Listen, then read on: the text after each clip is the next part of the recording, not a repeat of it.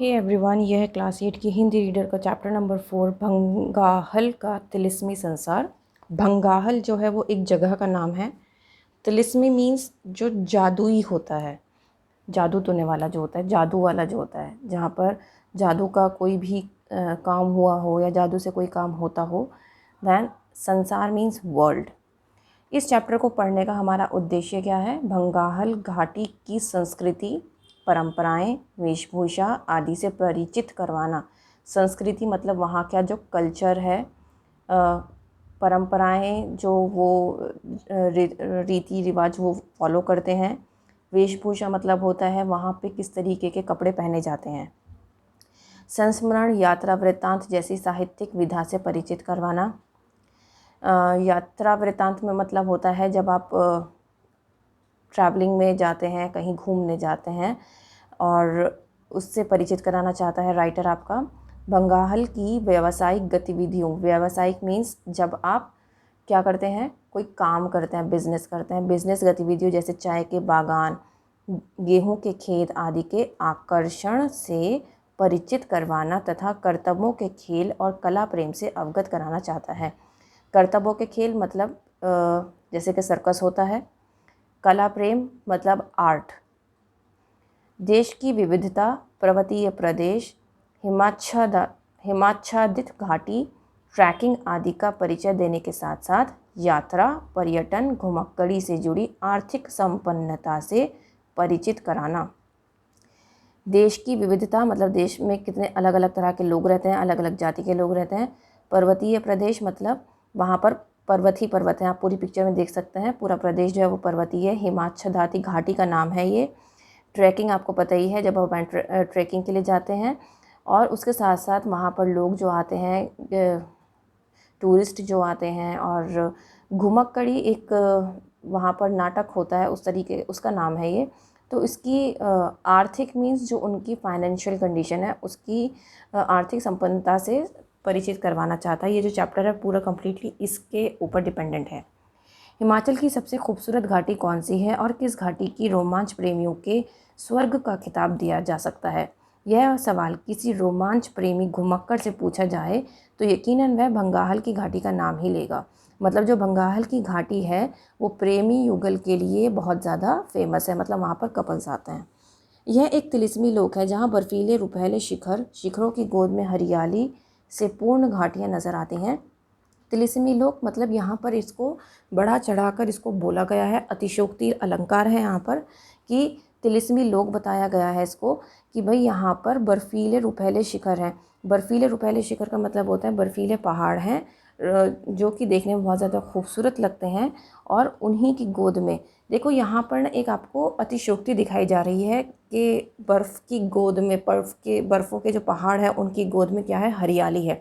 तो ये अतिशयोक्ति के थ्रू ही आपको समझाया जा रहा है, राइट।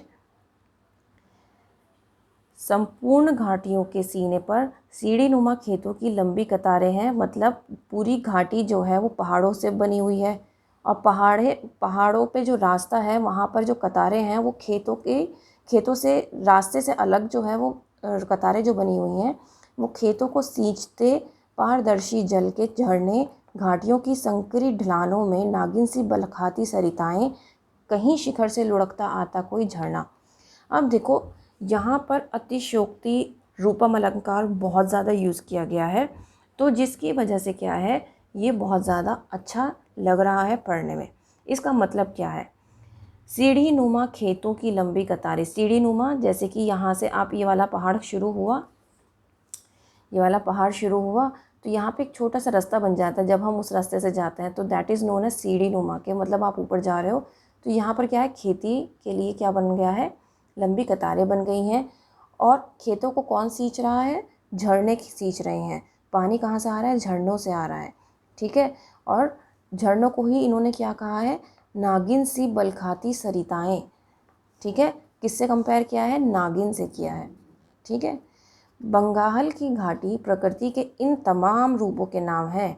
अगर हिमाचल की किसी घाटी तक पहुंचने का सफ़र सबसे जोखिम भरा है तो वो है बंगाल की घाटी। मतलब कि अगर आपको प्रकृति का सौंदर्य देखना है कि अगर नेचर को, ब्यूटीफुल नेचर अगर आप देखना चाहते हैं तो वो भंगाल की घाटी है। और वहाँ तक जाने के लिए आपको बहुत सारी परेशानियों का सामना करना पड़ता है। एक से बढ़कर एक रोमांचकारी पड़ाव, एक से बढ़कर एक हैरत अंगेज़ अजूबे, हैरत अंगेज़ जो आपको अचंभित कर दें, आपको सोचने पर मजबूर कर दे कि हुआ कैसे। और एक से बढ़कर एक नैसर्गिक अनुच्छ स्थल, मतलब ऐसे स्थल जहाँ पर आप जाना पसंद करेंगे, प्लेसेस। घुमक्कड़ जब इस घाटी में प्रवेश करता है तो एक अनूठी दुनिया उसका स्वागत करती है।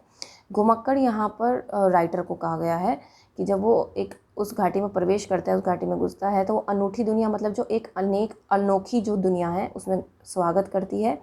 यहाँ के लोगों की अनोखी संस्कृति है, दिलचस्प परंपराएं हैं, खान पान एवं पहनावा प्रदेश के बाकी क्षेत्रों से मेल नहीं खाता। मतलब जो उस एरिया के जो अलग अलग मतलब उस पर्टिकुलर एरिया में जो है वहाँ के लोगों की जो खाने पीने की या परंपराएं हैं, संस्कृति है, वो डिफरेंट है बाकी लोगों से।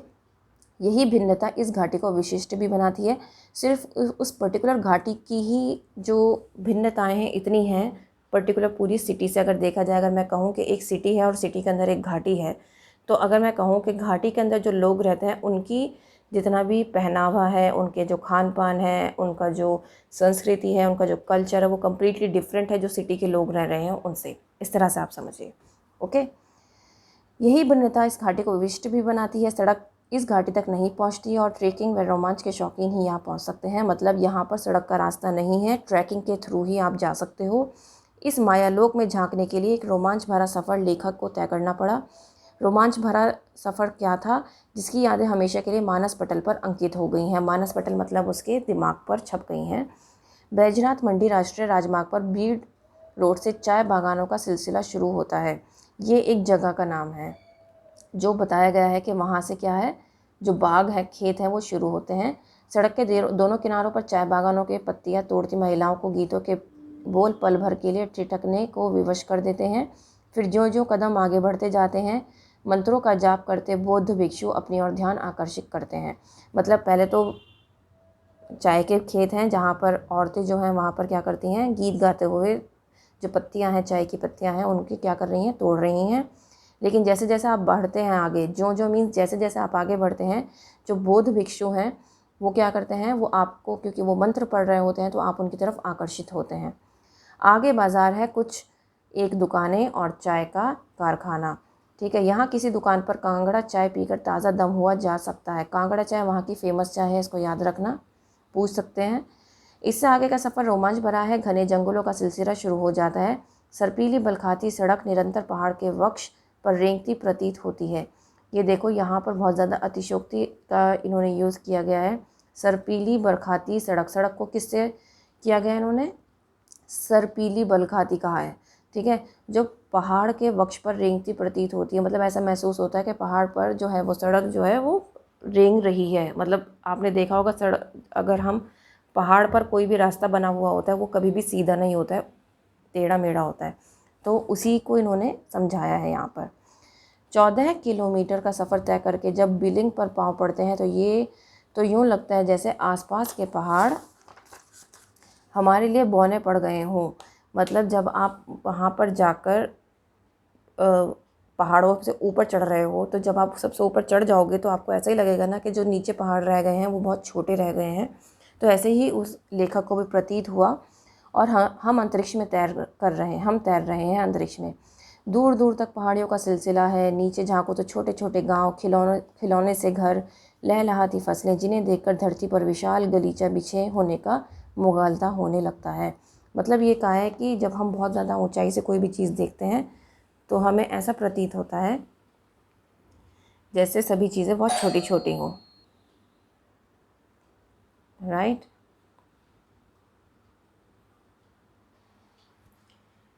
पर्वत श्रृंखलाओं पर अठखेलियाँ करते बादल प्रकृति विभिन्न रूपों से रूबरू करवाते। अठखेलियाँ मीन्स ठिठोलियाँ करते बादल। यहाँ पर अतिशयोक्ति का यूज़ किया गया है। अब आप खुद सोचो, पर्वत जो हैं वो बातें तो करते नहीं हैं, तो एक दूसरे के साथ हंसी ठिठोली कैसे कर लेंगे। ठीक है, तो यहाँ पर बहुत ज़्यादा अतिशयोक्ति, बढ़ा चढ़ा कर जो लेखक है अपनी बात को कह रहा है ताकि आपको भी वो रोमांच महसूस हो जो उसको हुआ है। बिलिंग रोमांचक खेलों के आयोजन के लिए मशहूर है। हैंग ग्लाइडिंग और पैराग्लाइडिंग के लिए तो बिलिंग जैसे जगह समूचे एशिया में नहीं।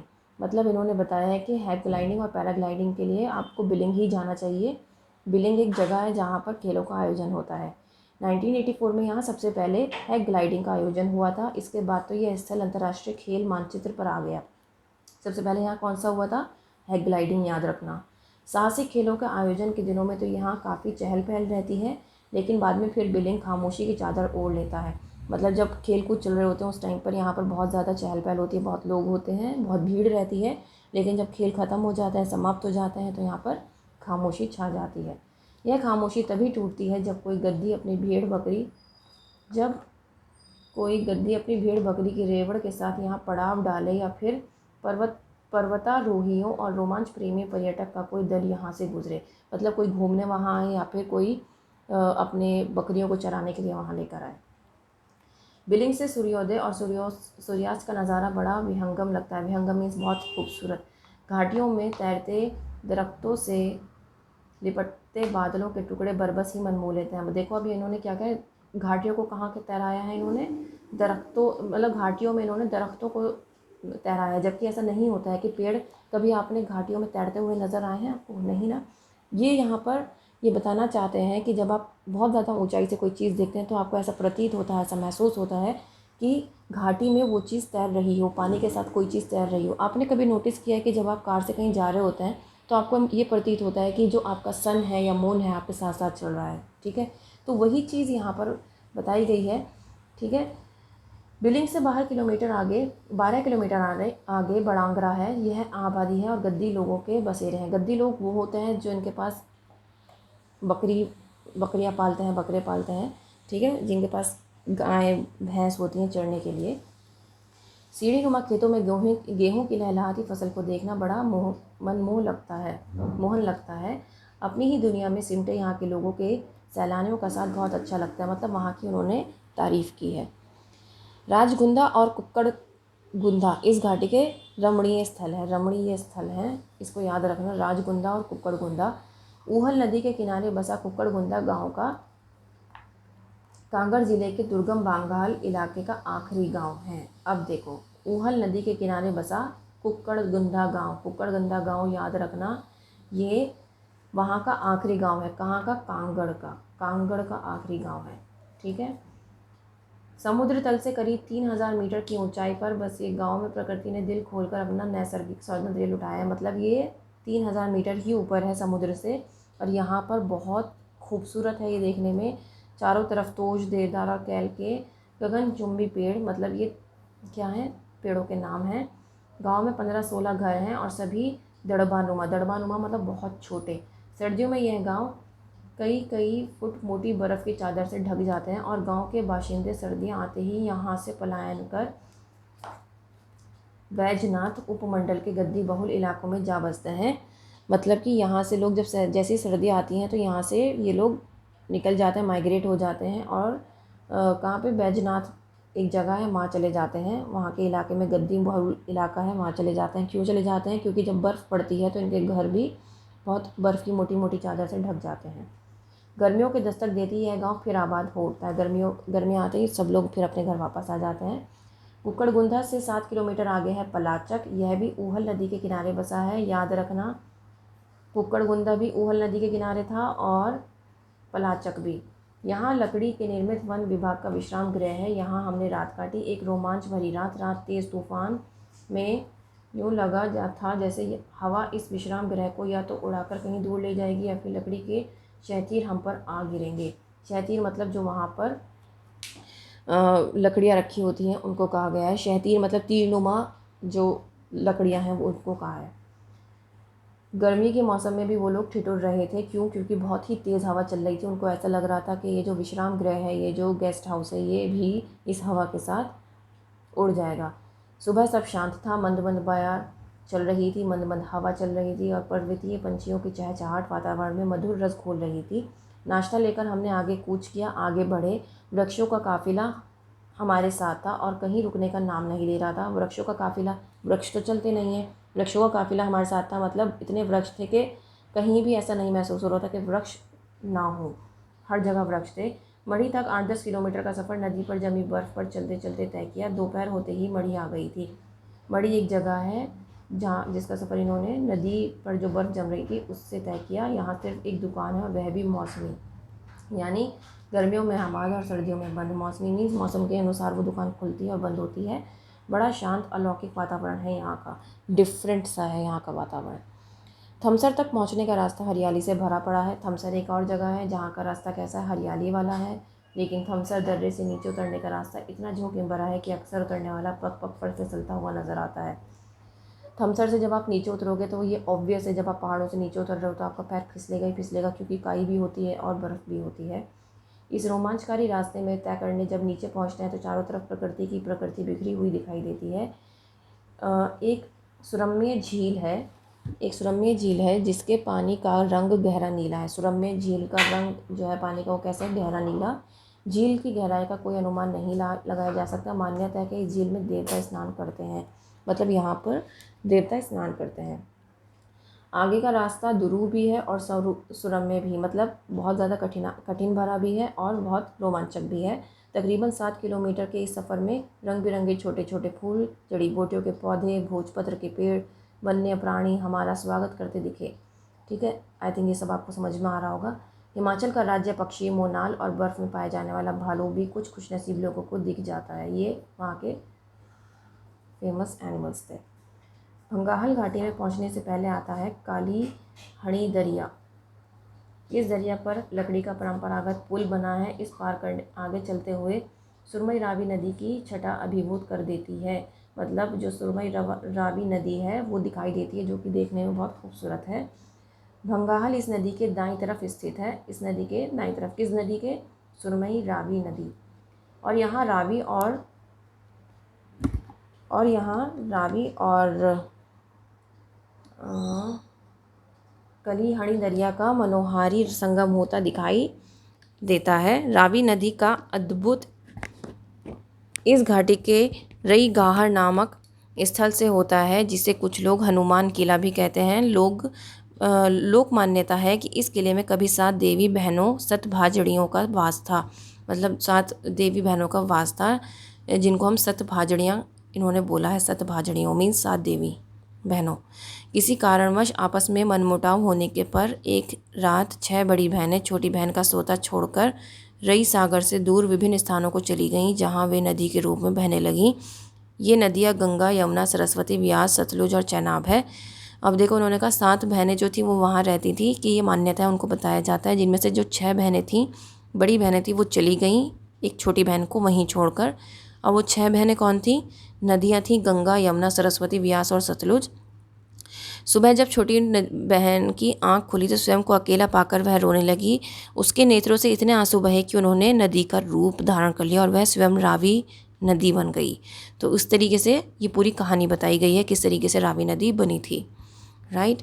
भंगाहल के लोग सतभाजनी को देवियों के रूप में पूजते हैं। भंगाहल ज़िला कांगड़ा का आखिरी गांव है। इसके एक तरफ लाहौल स्पीति, दूसरी तरफ कुल्लू, तीसरी तरफ चंबा की सीमाएं हैं। भंगाल की आबादी 500 के आसपास है। लकड़ी से निर्मित अधिकांश घर 2 मंजिला हैं। लकड़ी से बने हुए घर हैं जो कि 2 मंजिला हैं। नीचे भेड़ बकरियां, ऊपर लोग खुद रहते हैं। देवदार के शहतीरों पर की गई नक्काशी देखते ही बनती है। पत्थरों और लकड़ी के शहतीरों को डालकर बनाए गए इन घरों को छतें ढालानदार हैं ताकि बर्फ़ इन पर ना टिक सके, मतलब इस शेप में बनी हुई ताकि ढालान से बर्फ़ जो है वो नीचे गिरती रहे। सर्दियों में जब बाहरी दुनिया से भंगाहल का संपर्क कट जाता है तो यहाँ के लोग अपेक्षाकृत मैदानी घाटियों की तरफ पलायन नहीं करते, बल्कि यहीं अपना दुनिया में मौज बनाते हैं और नाच गानों के दौर से माहौल को जीवित रखते हैं। तो इस तरीके से ये जो चैप्टर है आपका ये कंप्लीट हो जाता है कि जब सर्दियाँ भी होती हैं तो भी ये लोग यहाँ से बाहर नहीं निकलते। सब पूरी दुनिया से नेटवर्क भी ख़त्म हो जाता है, तब भी ये लोग वहीं रहते हैं और वहाँ पर खुशी के माहौल में अपना वक्त गुजारते हैं। इसका माइंड मैप देख लेते हैं। भंगाहल का तिलिस्मी संसार ये कहाँ है? हिमाचल के कांगड़ा ज़िले में है।